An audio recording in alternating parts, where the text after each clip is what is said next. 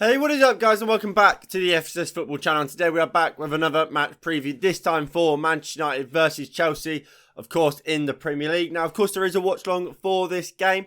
Kickoff is at 7:45 or 7:45. So kickoff, well, the stream will start, I should say, will be at 7:15. So please do tune in for that. Now, moving on to the preview, where do both teams sit in the Premier League table coming into this game? Now, Chelsea sit in third, and they're clearly the best of the rest sort of thing when you're excluding the two at the very top, both being, of course, Manchester City and Liverpool. They come in having picked up 9 points from their last 15 available, so they're in pretty good form. Not too shabby at all, are they? Manchester United, we're in 6th, 4 points from 15. That is horrific. We have to do better. Simple as that. We have to do better. Looking at our last game, Manchester United, we of course lost to Arsenal 3-1 in a game which was a bit weird because it was a much better performance from what we have seen from Manchester United recently. But individual mistakes cost us in the end. Bruno Fernandes missing a penalty with an awful touch at the edge of our box. We go on to concede a third, which if Bruno had scored the penalty, we have an equaliser and we're levelling the game. You look at both the Arsenal goals, Alex Telles, what is he doing? So, while we did lose that game, I think there are positives to look at and think, look, we get rid of these individual mistakes, we just take Alex Telles out of the team, we can go on to win games. However, this Chelsea team are a very good side. They are no easy team to beat. We know how they play. It's going to be really difficult. They, of course, they did beat West Ham 1-0 in their last game. After a penalty missed by Jorginho, I think it was Pulisic, was it, right at the death, and winning it for them in a game where, look, West Ham did go down to 10, but look, West Ham are a good side, and they kind of did somewhat dominate that game, despite the fact West Ham did rotate slightly, but so did Chelsea. So, if this is a full-strength Chelsea side, I think it could be really, really dangerous for Manchester United. Looking at our last game against Chelsea, we did, of course, draw that game 1-0. Jadon Sancho put in Manchester United up in the second half, thanks to a counter-attack, weren't it? And then Jorginho equalised through a penalty under Michael Carrick, of course.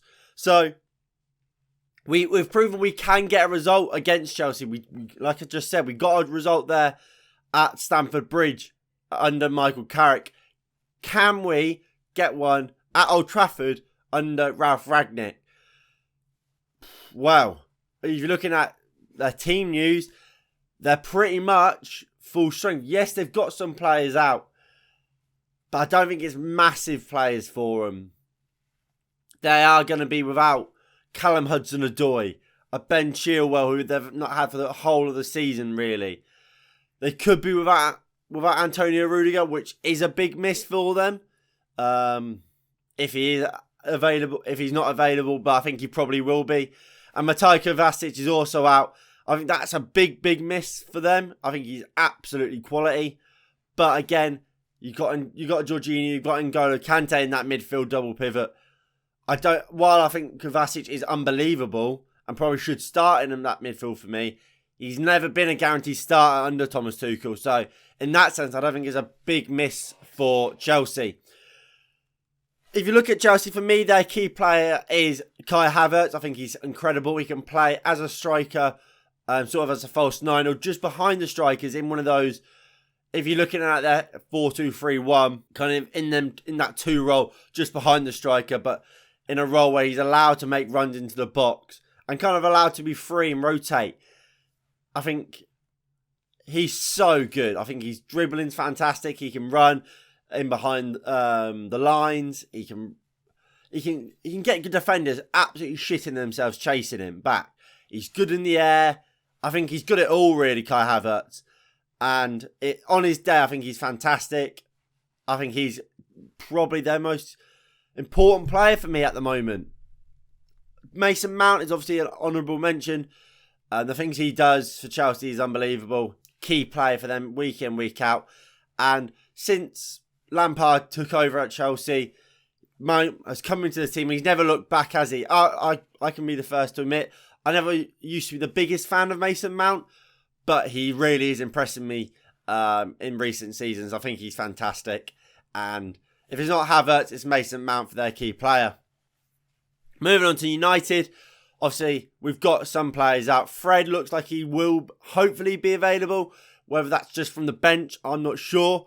But it looks like he will be available for this game. Obviously, we know Paul Pogba will be out for this game. And as is Edinson Cavani, who...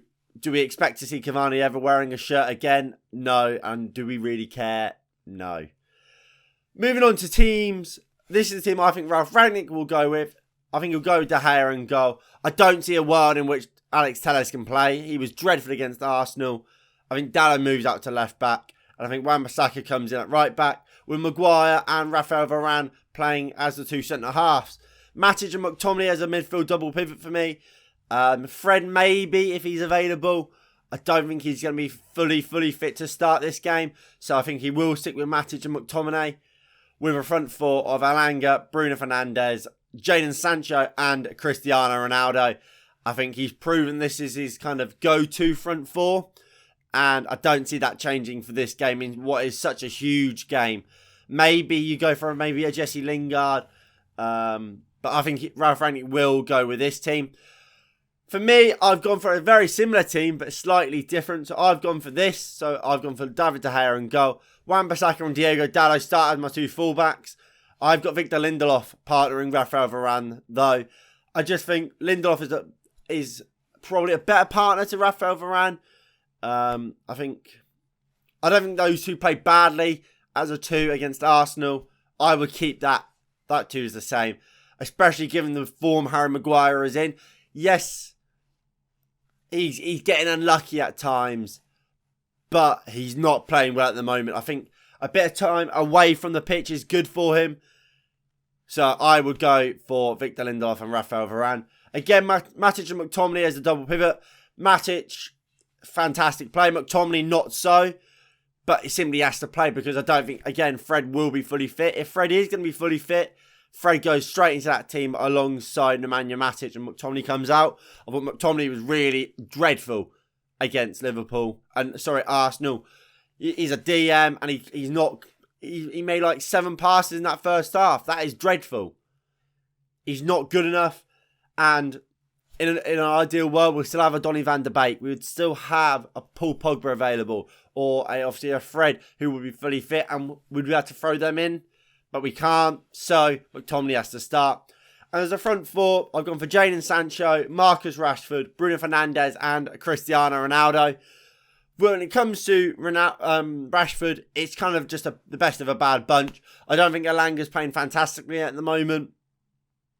I would consider Jesse Lingard, but I have gone for Marcus Rashford simply because I think if you can get the best out of any one of those 3 players on their day, you probably do pick Marcus Rashford. He can beat a man. He can offer a goal threat. Yes, he's playing awfully right now, but like I said, you get him performing at his very best, I think he is a goal threat. I think he can cause issues. So that's why I've gone for Marcus Rashford in my team. And Cristiano Ronaldo up top. He's a goal scorer. You've got to play him. Get him in the team and let him score goals. Cristiano Ronaldo leads the line for me. Now about the game. Look, we come to this game after a really disappointing one against Arsenal. But a game where we can look at and see positives. We need to take those positives into this game. Get rid of those just stupid errors. And we can go and we can cause a lot of issues for this Chelsea team. I don't think they're playing amazingly, despite their form. I think this Chelsea team are a team you are able to get something from. I think we play at our best. Obviously, hope for more good games from players like David De Gea, who has kept us in games so many times this season. I think we can get something from this game. It's going to be hard. It's not a walk in the park. And I've got to make that clear. It's not going to be an easy game, but I do think we can get something from this game. So I am going to go for a 2-2 draw. Maybe 1-1. We'll go 1-1. 1-1 draw.